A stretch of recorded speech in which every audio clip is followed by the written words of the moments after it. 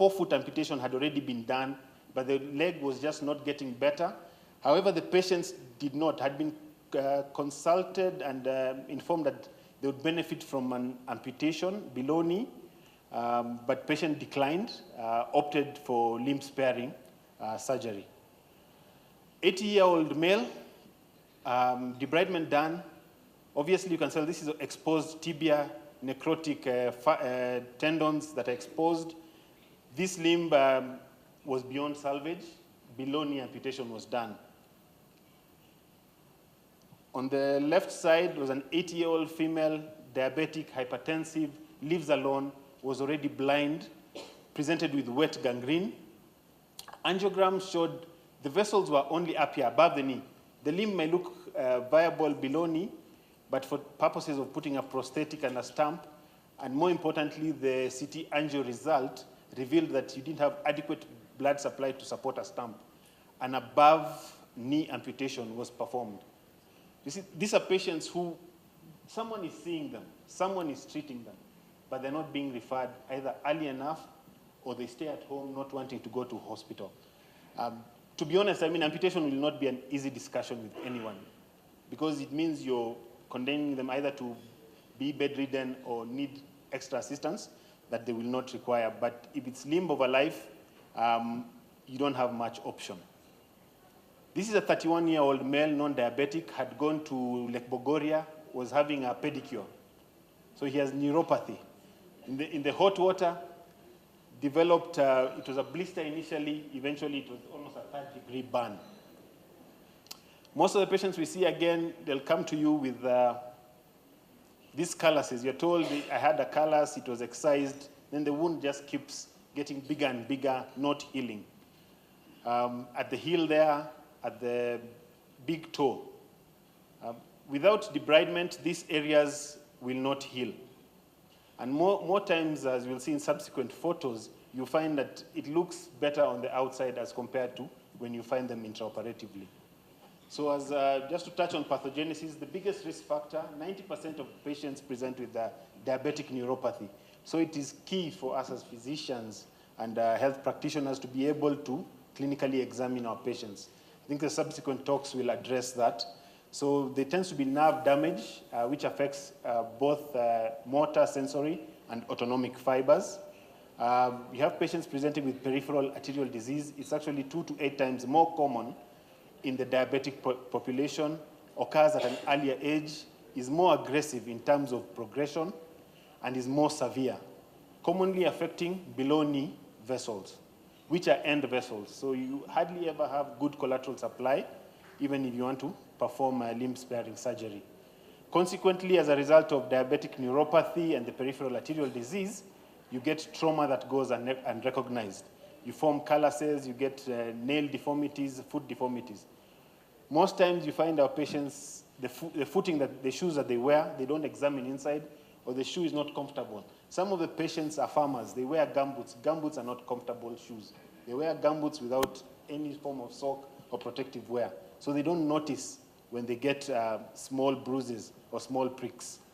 Structural deformities are also associated. Patients with flat foot, hallux valgus, claw toes, Charcot's neuroarthropathy, and hamato. This contributes to abnormal plantar pressures, predisposing you to formation of ulcers.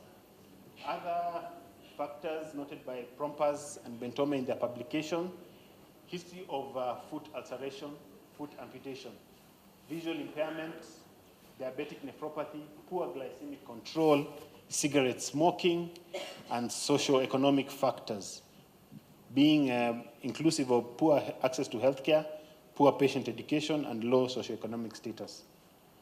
In our physical examination, we need to assess the skin, both the vascular, neurological, and musculoskeletal system. You need to do a thorough dermatological examination, look at the dorsal, plantar, medial, and lateral, and posterior surfaces. Essentially what we used to do as a 5th-year medical student before your final exam, your thorough examination. For diabetic foot, spend that extra 5-10 minutes. Just look at that foot and examine in between the toes. Look for the fungal infections in between the toes. Look for any spots of blistering or any small pinpricks. Palpate your pulses bilaterally. If need be, send them for Doppler ultrasound. If you have them in the office, do a Doppler ultrasound. Assessing for diabetic neuropathy is a premise of the diabetologists and the physicians. There are scores that have been given. You have the neuropathy symptom score, neuropathy disability score, which assist you in scoring and assessing for diabetic neuropathy. So basically, a foot at risk is one that has lost its protective sensation. Confirmation is by a 10-gram monofilament test plus vibration test. I think our next speaker will show us some of the equipment, pinprick sensation, and ankle reflexes. This examination has a negative predictive value of 87%, and this was published in Diabetic Care in 2010 and by the American Diabetic Association as a guidelines for determining a foot at risk. So 87% negative predictive value, meaning that if it is not there, you're highly likely to, if the problem is there, you're more likely to detect it than not detect it. Diabetic foot ulcers, mostly divided into three, can be neuropathic if it is a peripheral neuropathy in absence of ischemia. Can be ischemic if patient has no neuropathy. These are patients who tend to have peripheral arterial disease and would come with pain. The main complaint is pain and darkening of the extremities, the toes. Most patients, though, tend to have neuroischemic origin, whereby both neuropathy and ischemia coexist.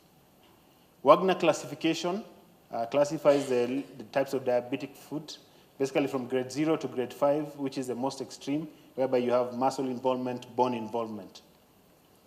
So what is a good nature of diabetic foot care? What I would say is it's best practice. Consider the best available evidence, look at the patient risks and available resources, and I would add there in brackets patient's desire. Those who desire foot care and are aware of the financial implication, they can be offered. Individual's quality of life. Remember, this patient is a human, it's not a diabetic foot. We're accused of, as surgeons, that we just look at the pathology and not the patient. So you need to consider that the patient has fears, which are real. There's a fear of amputation and life adjustment. If the patient lives in an apartment, they have to move. There's change of body image and deformity, the pain that keeps them up at night, physical activity, especially the young, work limitation in terms of employment opportunities, the types of medication and costs that they have to use, social isolation, anxiety, distress and depression, the frequent dressings, the odor that is associated with diabetic foot ulcers. So in management, I'll touch on the 7 points as listed. If you note that each of these points basically requires multidisciplinary approach. You can't do it all alone. Standard of care, in the 19th century, basically, they had the concept. If the patient rests long enough in bed without putting pressure on the wound, with the wound care, it'll heal. Dr. Frederick Treves, who's a British surgeon, revolutionized diabetic foot ulcer management. Basically 3 concepts: sharp debridement, pressure offloading, and diabetic foot education. And this revolutionized the care of diabetic foot ulcers. In vascular assessment, the tools you have to use, you have Doppler ultrasound, you have CT or MR angiography, depending on the indications. You have the ABPI, this is the ankle brachial index, pressure index, and those are the guidelines in terms of what you look for. The caveat in diabetics is that they tend to have calcified vessels, so they may tend to have higher ABPIs.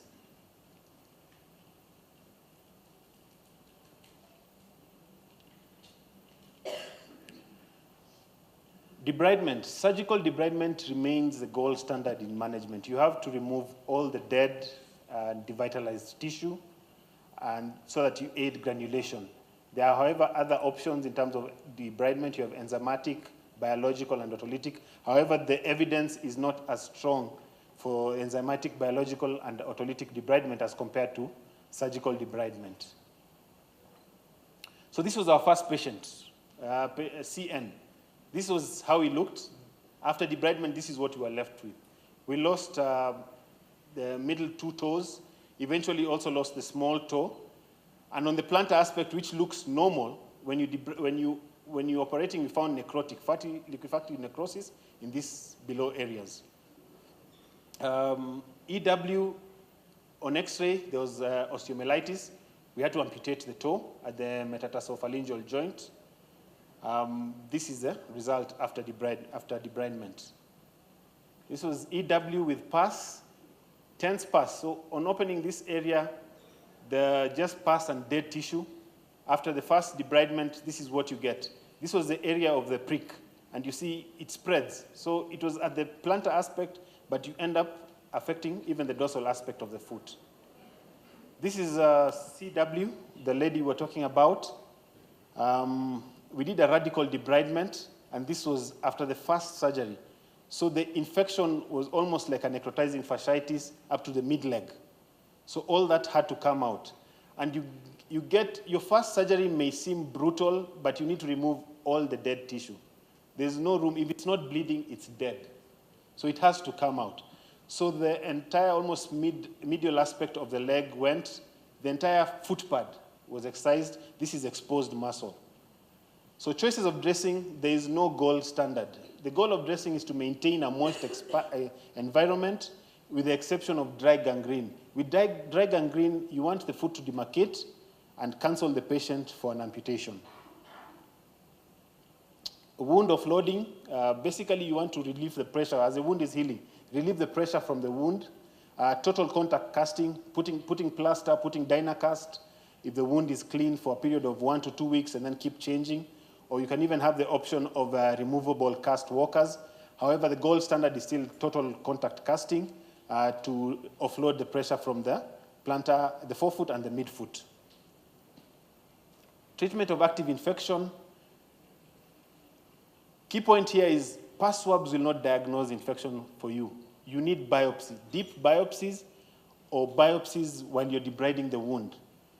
Diabetic feet ulcers are chronic wounds, and as we all know, for all chronic wounds, they are constantly contaminated.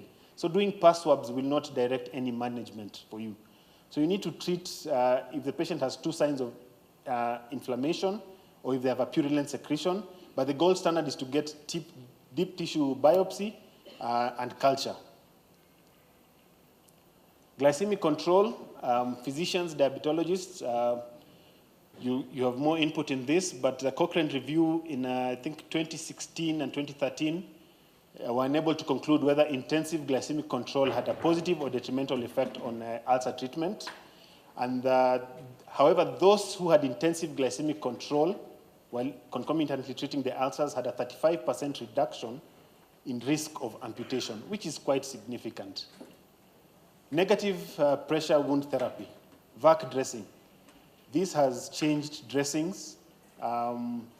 Basically, the need for frequency of dressing. Once the wound is clean and you want to encourage healing, granulation formation, increased perfusion, negative pressure wound therapy would be the way to go. And has become more affordable. You no longer have the big suction. The patient can actually walk around with it, go home with it. This is an example of one. Portable unit, which is small. This is the collection area.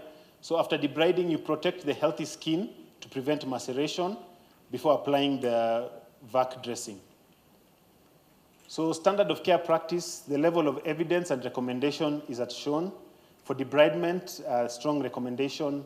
Choice of dressing, remember it has to maintain a moist environment. You should wound offload. Always assess vascular assessment. Before debriding, when you see that patient, if you have time, do at least a Doppler ultrasound and if possible a CT angiography or an MR angiography. To determine, there's no point taking a patient for debridement and there's no vascular supply. That wound will never heal. And you end up doing what we call salami amputation. You start with one toe, you'll do the foot, you do the midfoot, you do the ankle, you keep ascending. So if your angio is, if you're able to do an angiograph, go ahead and perform that. Patient-centered concerns, remember quality of life. Your patient is a human. Get a psychologist, get a psychiatrist on board, talk to them about the implications of managing their diabetic foot ulcers. Remember, pain is a big concern. concern, don't hesitate to give painkillers, good painkillers, go to opioids. Eventually, you will taper down once you control the infection, once you have good glycemic control. So engage the patient, empathize, educate them, and enlist a team to help you manage the patient.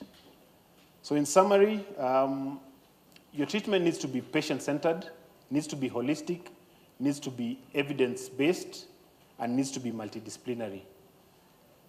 So this is CW, the first foot we saw. Said in November, we are now still managing him. This is what has remained. The plantar aspect has completely healed. We ended up removing the third toe. There's a small wound still remaining. He now drives himself and actually walks. This is SM. After amputating the toe, the wound healed. But you remember, this is still a foot at risk. Look at the skin. This is Our Lady, CW, that first foot which everyone grimaced. We were able to clean, dress, vacuum dressing, and we grafted. She's actually able to walk on her own. Thank you very much.